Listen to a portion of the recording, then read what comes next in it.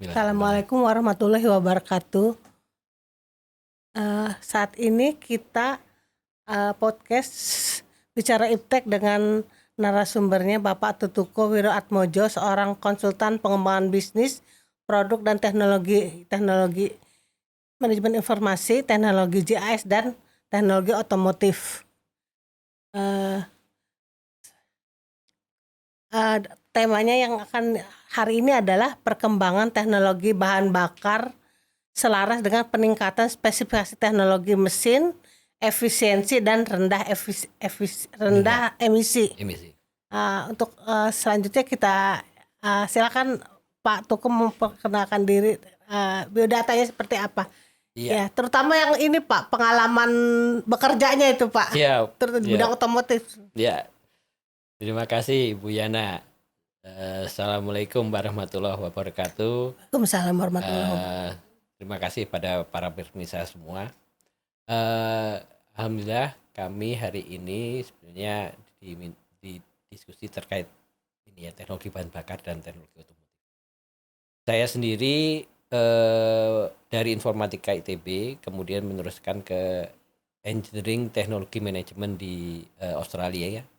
Dan selama bekerja kami bekerja di berbagai bidang termasuk yang lama di quality assurance untuk Toyota Astra Motor, juga supplier quality management di Toyota Astra Motor, kemudian capacity planning di grup Federal Honda Motor, dan juga kita pernah hampir sebentar di Patra Niaga. Patra Niaga kebetulan kami di IT ikut menyiapkan untuk tracking sistem dari distribusi BBM, juga termasuk otomasi di tangki timbun Pertamina ya, di depo-depo Pertamina. Dan terakhir kami mengembangkan juga sepeda motor hybrid, kendaraan hybrid, baik juga kendaraan dari berbasis. Saya kira itu singkatnya. Baik, terima kasih. Kita lanjut sebenarnya bagaimana sih perkembangan teknologi bahan bakar saat ini selaras dengan sekarang ada peningkatan spesifikasi teknologi mesin, efisiensi dan emisi ya, untuk rendah emisi seperti itu. Ya, terima kasih Bu Yana. Jadi sebetulnya teknologi ini berkembang, kita bicara sedikit lah tentang teknologi otomotif sekilas ya. Jadi teknologi otomotif itu berkembang sekitar tahun 17, bahkan sebelumnya 1600-an lah, akhir 1600-an, di mana ada namanya steam engine yang atau mesin uap. Jadi kendaraan ataupun kereta sebenarnya waktu itu, kereta kayu yang dipasang dengan teknologi mesin uap. Kemudian berkembang menjadi teknologi berbasis bahan bakar itu tahun sekitar 17 akhir lah, 1700 akhir, yang akhirnya patennya digunakan atau didaftarkan atas nama car brands ya, mobil Benz, Mercedes Benz. Nah, ketika itu masih basisnya menggunakan kerosin, kemudian juga ada beberapa minyak bakar dan sebagainya. Nah, sejalan dengan perkembangan tahun 1920 ketika kemudian ada industri otomotif massal yang dimotori oleh Henry Ford gitu ya, maka berkembanglah industri bahan bakar. Itu grupnya Rockefeller lah ya, gitu. Nah, jadilah industri bahan bakar itu membesar. Jadi kalau kita lihat sebetulnya dari sisi biaya investasi pembelian mobil dibanding biaya consumables BBM-nya, bisa jadi lebih tinggi biaya BBM-nya ya. Gitu. Jadi dari sisi ini teknologi seperti itu. Dan sejalan dengan perkembangan dunia, ternyata BBM fosil ini makin menipis, ya, makin menipis dalam artian apa? Mencarinya makin sulit. Bahkan ada yang sampai mengebor 10 km dan sebagainya. Itu yang jadi bahkan itu di offshore ya. Itu jadi challenge sendiri dan harganya jadi mahal. Gitu. Nah, yang tadinya hanya $5 naik $10 naik ini terus sampai tahun 2008 itu mencapai $100 per barelnya. Rel. Nah, kemudian orang sebetulnya sudah sejak lama ya, sejak krisis oil ataupun tahun 70-an orang sudah mencari alternatif. Bahkan semenjak sebelum booming otomotif itu di Jerman juga sudah ada dikembangkan mobil-mobil elektrik. Tapi teknologi baterai masih lebih lambat perkembangannya di mana. Jadi kalau dari sisi ini teknologi BBM ini sangat bergantung perkembangan dari teknologi otomotifnya sendiri. Karena hampir lebih dari 70% BBM ini dikonsumsi oleh teknologi otomotif. Nah, itu yang jadi pertimbangan. Dan kemudian makin tingginya tekanan, kalau bentuknya sekarang kan mesinnya mesin ICE ya, internal combustion engine, atau namanya mesin bakar letusan di dalam gitu ya. Kalau di Indonesia kan gitu. Kalau Inggrisnya internal combustion engine. Nah, ICE itu ya. ICE, internal combustion engine. Jadi ada dua, satunya yang basisnya berbasis busi ya, atau spark assisted ICE, yang satunya basisnya namanya pressure, jadi tekanan, jadi itu yang basisnya namanya diesel, penggunaan diesel. Nah, makin sekarang dituntut makin efisien. Akhirnya apa? Rasio, kalau kita bicara di mesin itu rasio. Jadi kalau kita tahu, nah gelas ini kan, bentuknya gelas. Gelas ini kalau kita lihat itu, kalau kita lihat gini ya, ini kan ada tekanan piston gitu. Nah, piston ini sekarang tadinya rasionya hanya 1:7 gitu. Jadi satu tutup gelas ini ditekan menjadi 1/7-nya.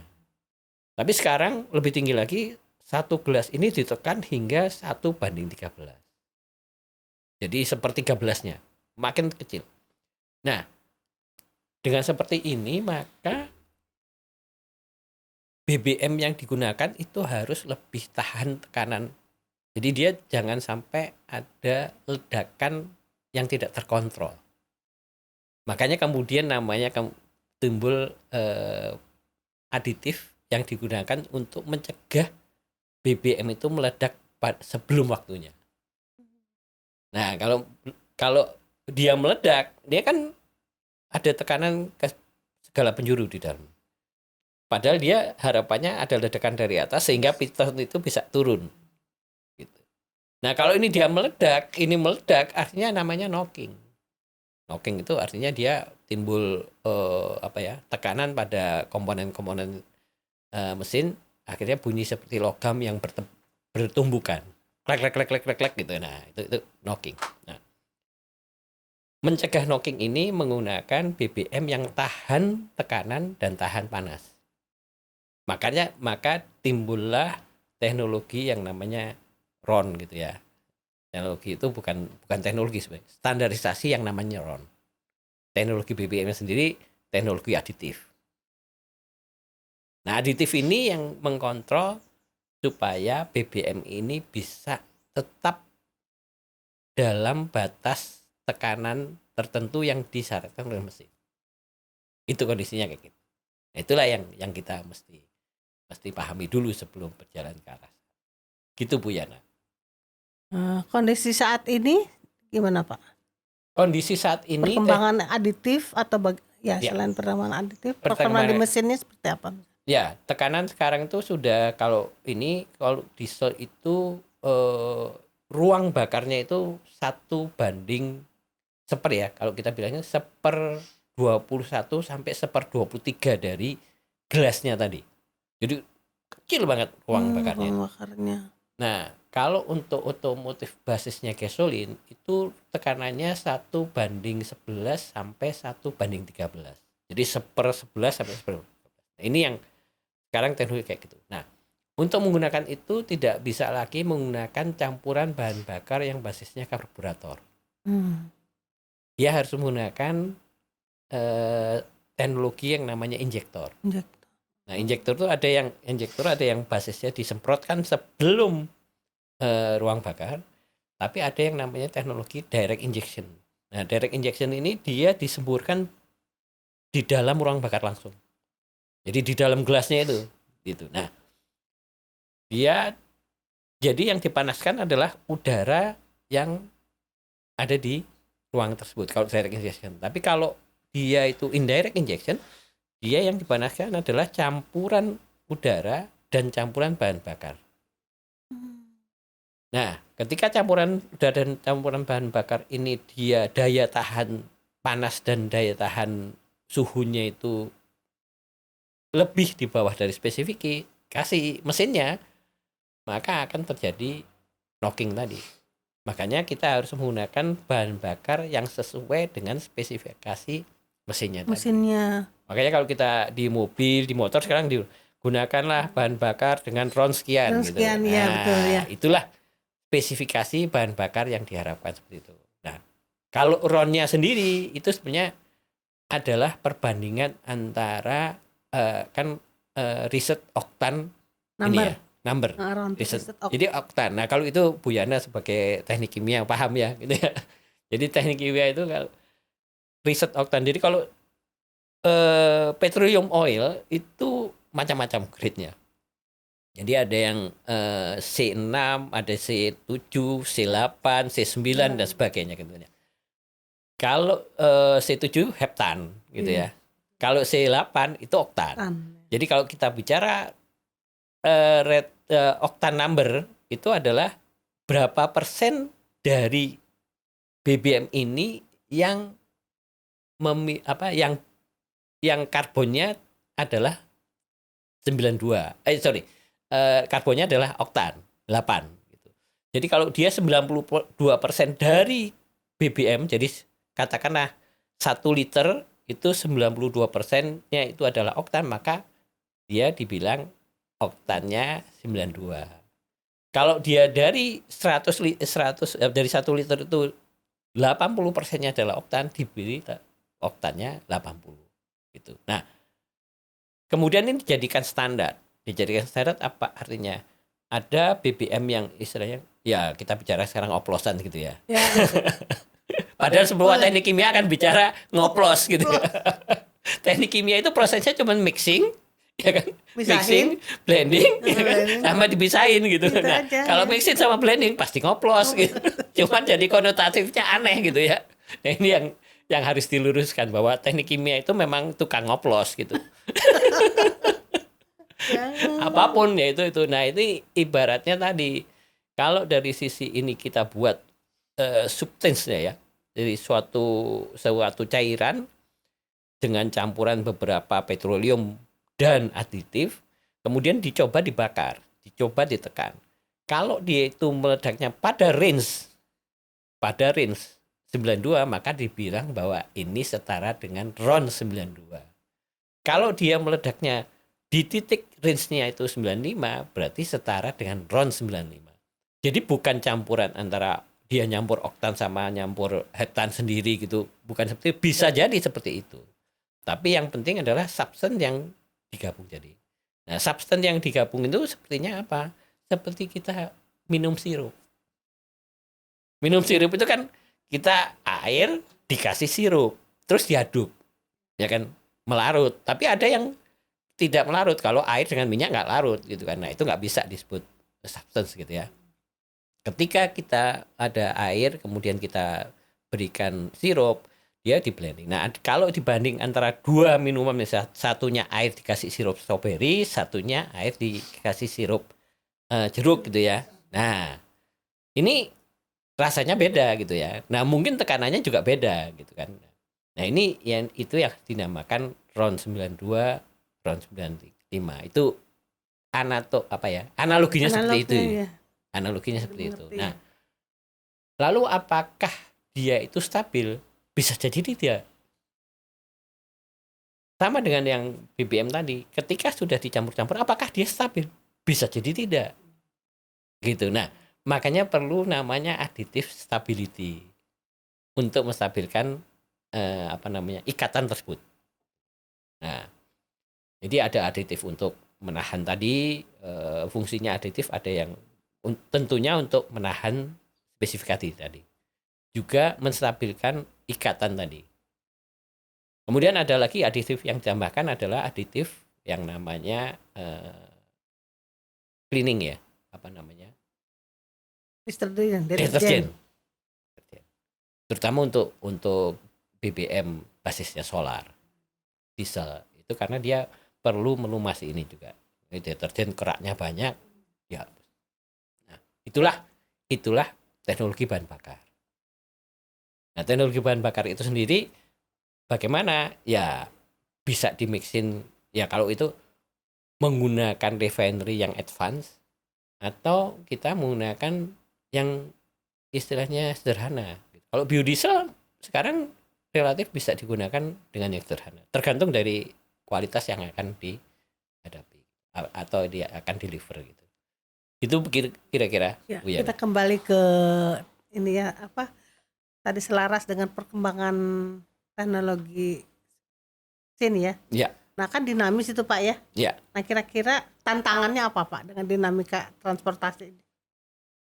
Sebetulnya gini, jadi kalau kita bicara tadi, kita bicara ditarik agak ke belakang lagi, namanya sumber energi gitu ya. Ya, Sumber energi itu kan bentuknya, objeknya bisa macam-macam, bisa sumber energi yang dari matahari, sumber energi dari geothermal, sumber energi dari fosil gitu ya. Nah ini kita bicara yang fosil gitu ya.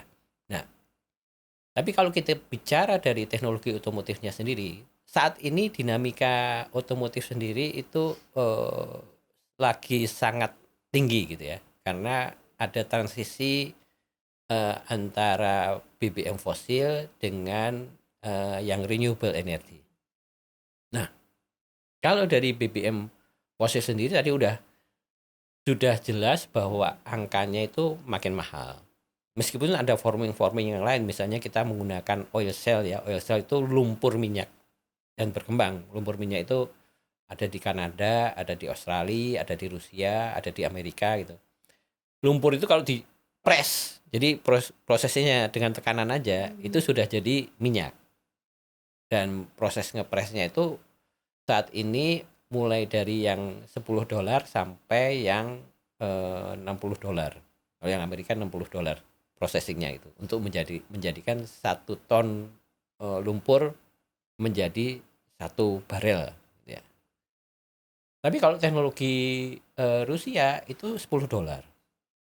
Teknologi Australia itu antara $12 sampai $15 seingat saya. Jadi kalau dibanding itu bisa saja BBM ini dihasilkan dari sumur lumpur minyak bisa saja. Nah itu tapi masih hidrokarbon ini, kita masih bicara hidrokarbon, masih ya. hidrokarbon. Itu tim geologis lah yang tahu. Tim geologis ya. Saya tidak berkompetensi untuk bicara geologi gitu ya, tapi kondisinya ada. Atau kita bicara namanya batu bara dicairkan. Itu mungkin juga gitu ya, dicairkan atau dijadikan gas bisa jadi. Itu tahun after world itu tahun 42-an lah ya. Tahun 40-an itu sudah berkembang mobil menggunakan gas batu bara. Gitu. Jadi ada teknologi itu ada. Nah, sejalan dengan itu pertanyaannya kan apakah kita akan pakai hidrokarbon terus Ya, atau dengan basis yang lain? Ya, Nah, ya itu pertanyaannya. Dengan perkembangan kesadaran iklim gitu ya, kesadaran iklim yang ini ya, kita tahu bahwa bumi makin memanas dari hari ke hari gitu kan, dan akibatnya juga banyak, artinya banjir, kemudian panas yang sangat tinggi, dan akhirnya bisa membawa permasalahan manusia juga, baik itu direct maupun kait pangan juga gitu. Nah, kemudian berkembanglah yang namanya carbon offset. Carbon offset itu kan ada protokol Kyoto, kemudian ada Paris Agreement, kemudian ada apa namanya COP 28, 29 dan sebagainya gitu. Nah, kalau kita mengacu ke situ, maka secara teknologi kita akan bergerak ke namanya renewable energy.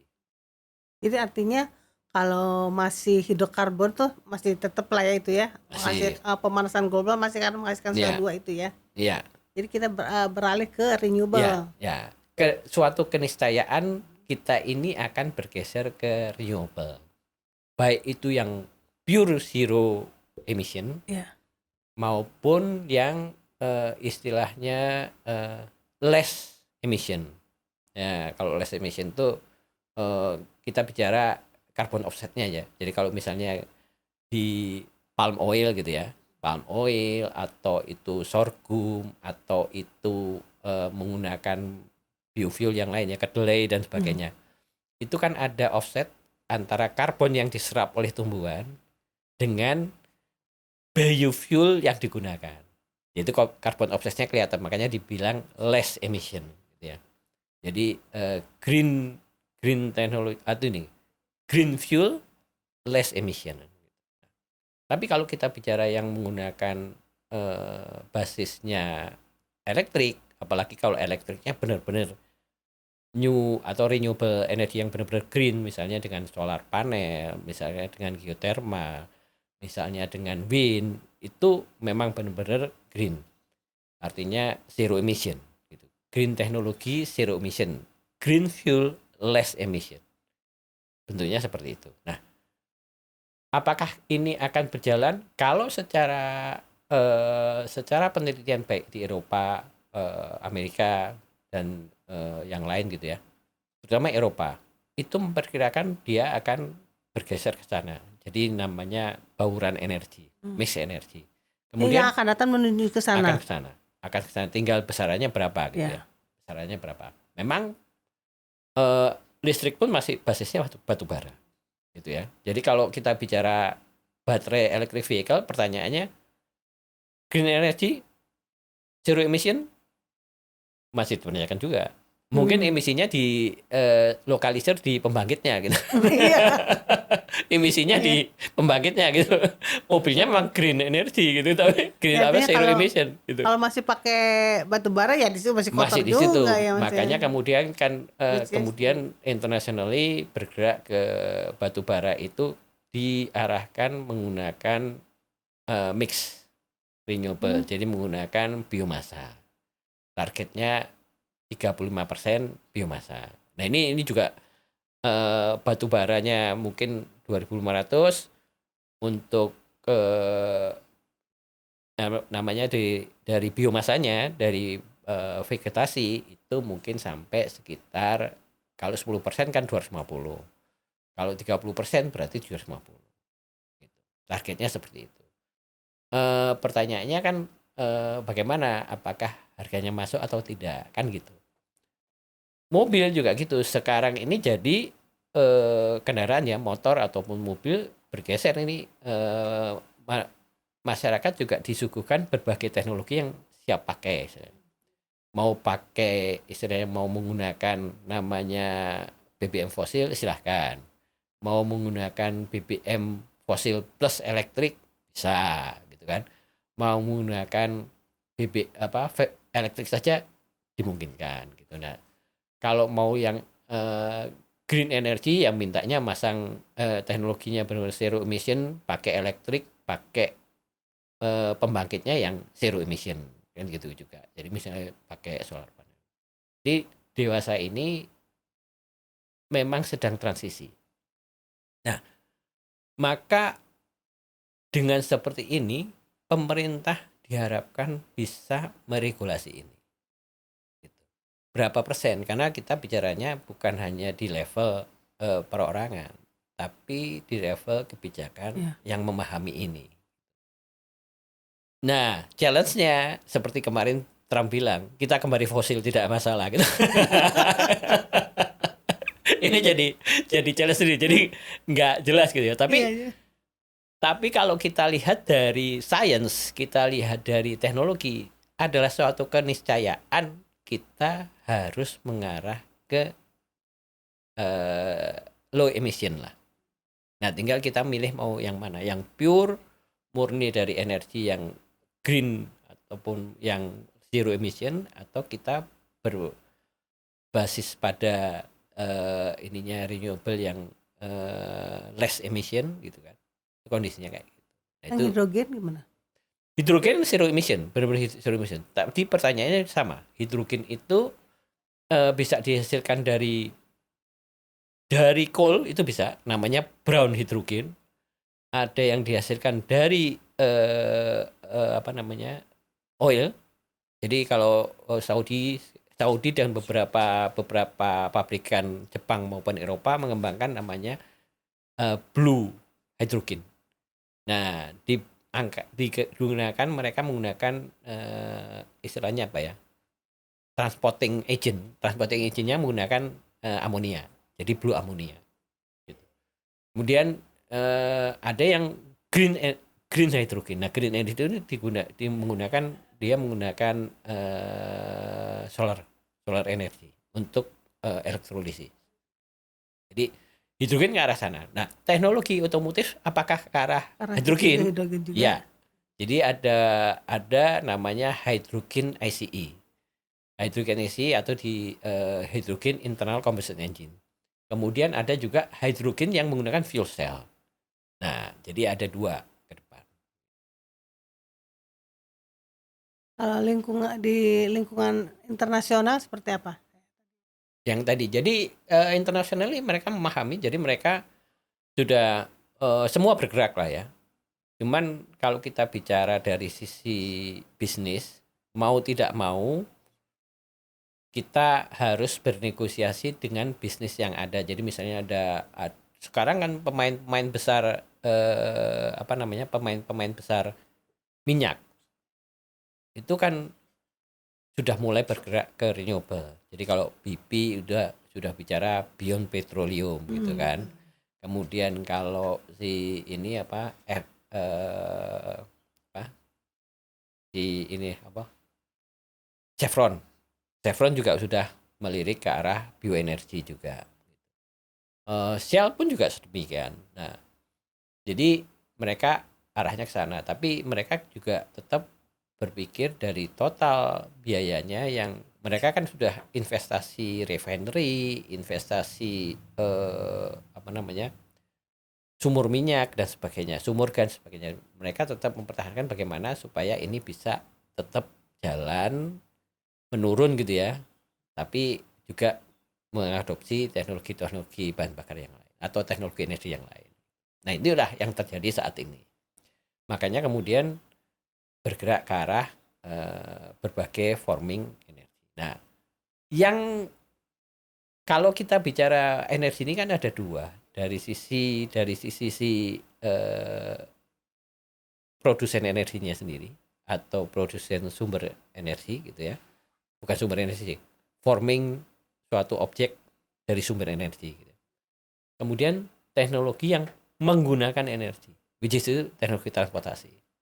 Nah, kalau teknologi transportasi tadi sudah dikembangkan adalah pertama advanced ICE, hydrogen ICE, hybrid ICE, hybrid HCE, hidrogen ya.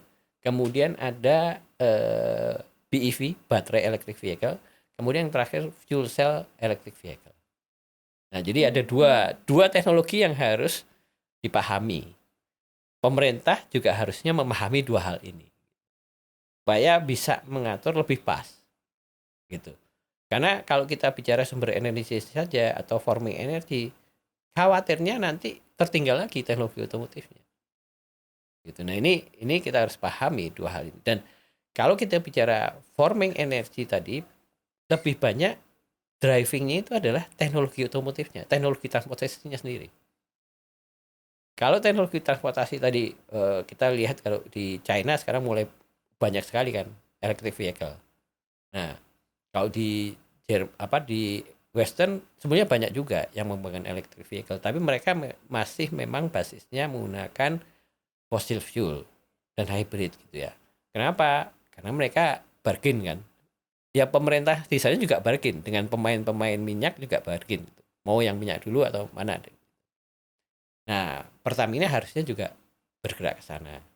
Bagaimana ini antisipasinya? PLN cuman juga seperti itu. Harusnya melihat juga perkembangan ini bagaimana.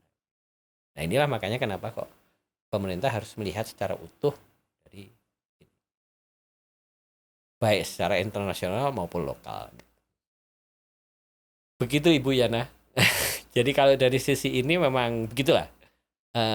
Teknologi BBM ini sangat bergantung dengan teknologi transportasinya sendiri. Sekarang kalau kita bicara kereta cepat aja, kereta cepat kan menggunakan elektrik. Tapi, wah ini green gitu. Pertanyaannya nanti yang pembangkit elektriknya pakai apa? Itu situ ya. Jangan berpindah gitu ya. Keretanya Harus green dilihat tapi dulu.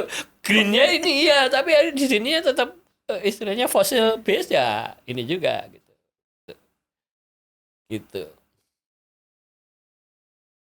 Jadi kalau dari sisi kalau melihat kondisi seperti yang tadi diterangkan ya, kondisi seperti apa yang diharapkan dalam rangka mengikuti perkembangan ini ya, perkembangan fosil apa ya tadi. Memang kalau dari sisi ini sekarang masyarakat baru berkutat di level RON ya. Jadi masyarakat masih memahami RON-nya doang. Gitu. Padahal ada yang komplain juga soal karena dipakai BBM tertentu gitu, kemudian mesinnya mati dan sebagainya gitu ada kan. Tapi pertanyaannya kan, apakah benar gitu kan yang menyebabkan mati itu adalah BBM-nya gitu kan? Jangan-jangan pemakaian teknologi otomotifnya nggak benar juga. Misalnya tangkinya karat gitu kan. Misalnya filternya pakai filter yang istilahnya KW lah gitu ya. Filter KW yang katanya bocor nggak karu-karuan. Nah, kemudian karena bocor bisa membaret mesinnya sendiri. Akhirnya mesinnya rusak dan sebagainya.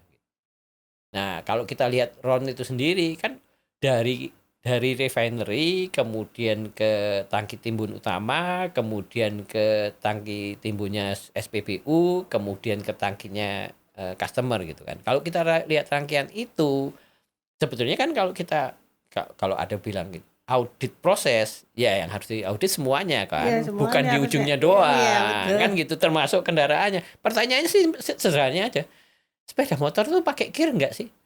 Secara undang-undang lalu lintas dan perhubungan harusnya dikir. Tapi pertanyaan kan nggak ada, ya kan? Sekarang uji emisi aja nggak dijalankan kan gitu. Nah, ya, jadi kalau misalnya penggunanya komplain, pertanyaannya kamu sudah memelihara kendaraan bagus apa enggak? Gitu. Iya, pertanyaannya kan, itu ya. Itu secara saya sebagai quality assurance di otomotif, saya memahaminya seperti itu. Jadi kalau secara lihat apa yang harus disiapkan ya, masyarakat juga harus disiapkan. Kemudian produsennya juga disiapkan juga. Artinya Pertamina gitu ya, sebagai supplier BBM-nya atau pemasok BBM utama itu harus mempersiapkan diri. RON-nya bagaimana? Apakah nanti kalau dengan hybrid kita menggunakan BBM yang sama atau tidak? Itu kan harus.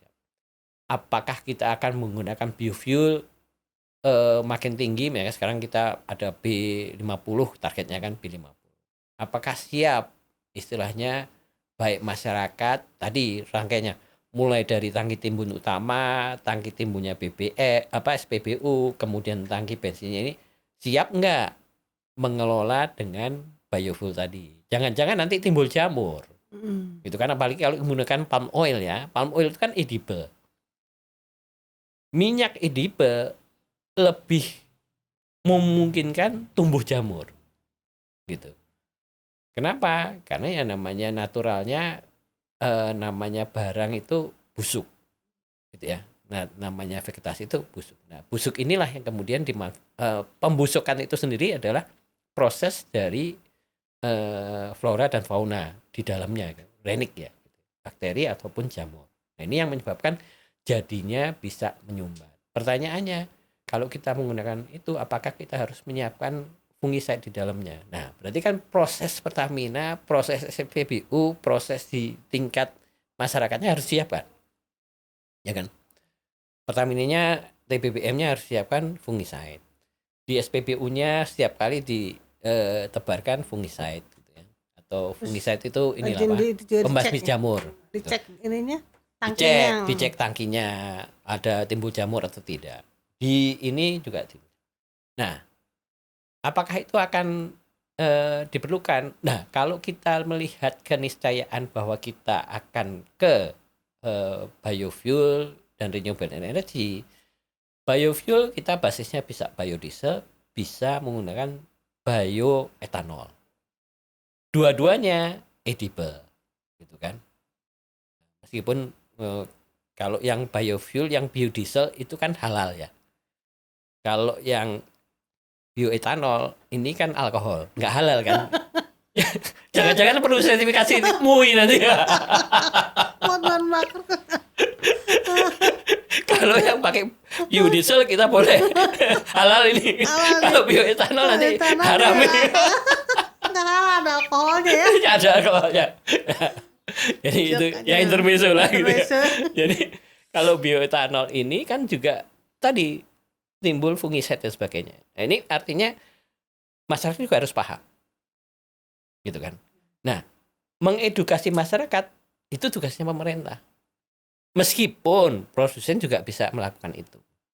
Jadi ini termasuk undang-undangnya, termasuk ini bisa dilakukan.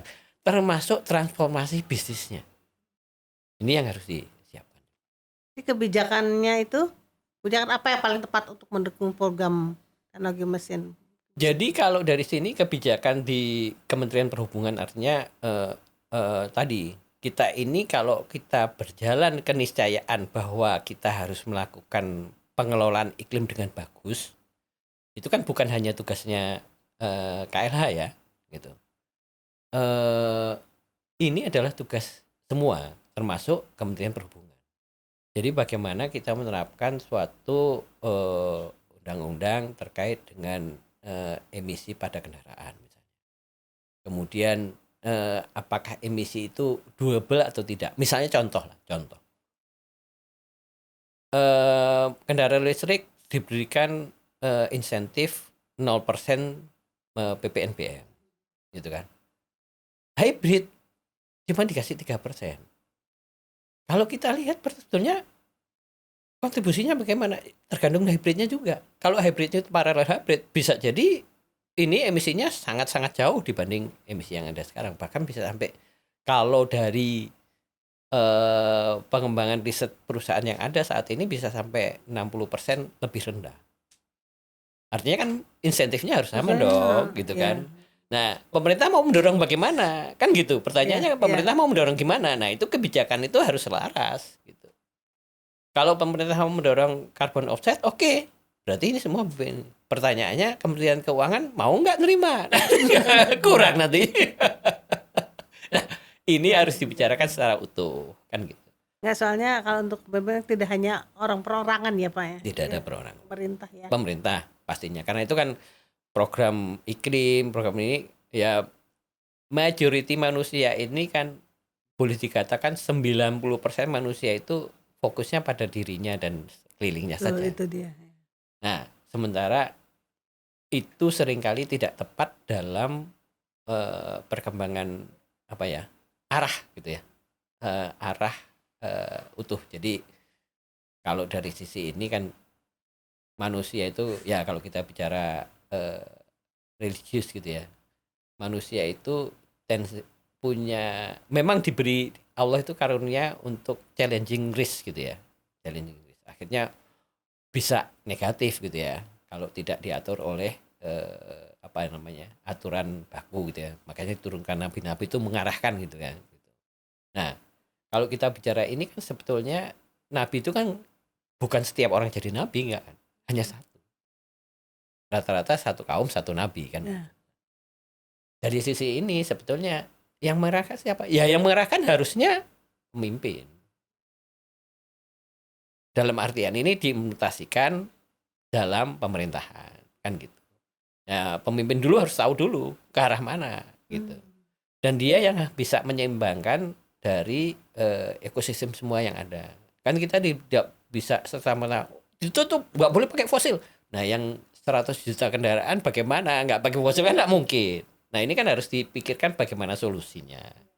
Nah, itu kan mikirkan kan nggak bisa orang per orang iya, tapi efeknya cuma orang itu, bukan masyarakat. Nah, makanya pemerintah harus ikut. Makanya tadi RON segala macam itu kembali ya aturannya di pemerintah. Bagaimana? Pemerintahnya paham nggak?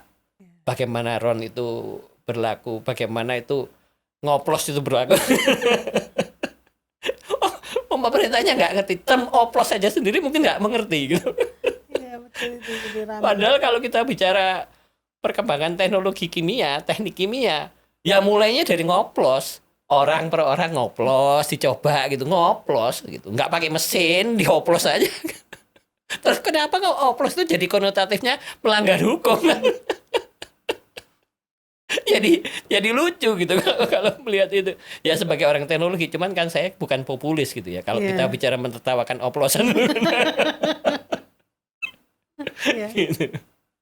Kalau kesiapan negara kita untuk perkembangan ini gimana, Pak? Sebetulnya Indonesia berpeluang untuk mensuplai teknologi mensuplai pasokan energi dunia. Paling dekat dengan Singapura aja lah ya. Singapura kan nggak punya sumber energi gitu. Ya, nggak punya sumber energi. Singapura. Nah, jadi kenapa? Karena ini salah satu yang jadi pokok ataupun salah satu yang jadi alternatif dari renewable energy ini adalah bioenergi. Nah, Indonesia itu memiliki dikarunia Allah itu dengan alam yang subur. Sumber hayati yang banyak. Sumber hayati yang banyak, alam yang subur, kemudian hanya 2 musim, artinya sepanjang tahun dia bisa menanam.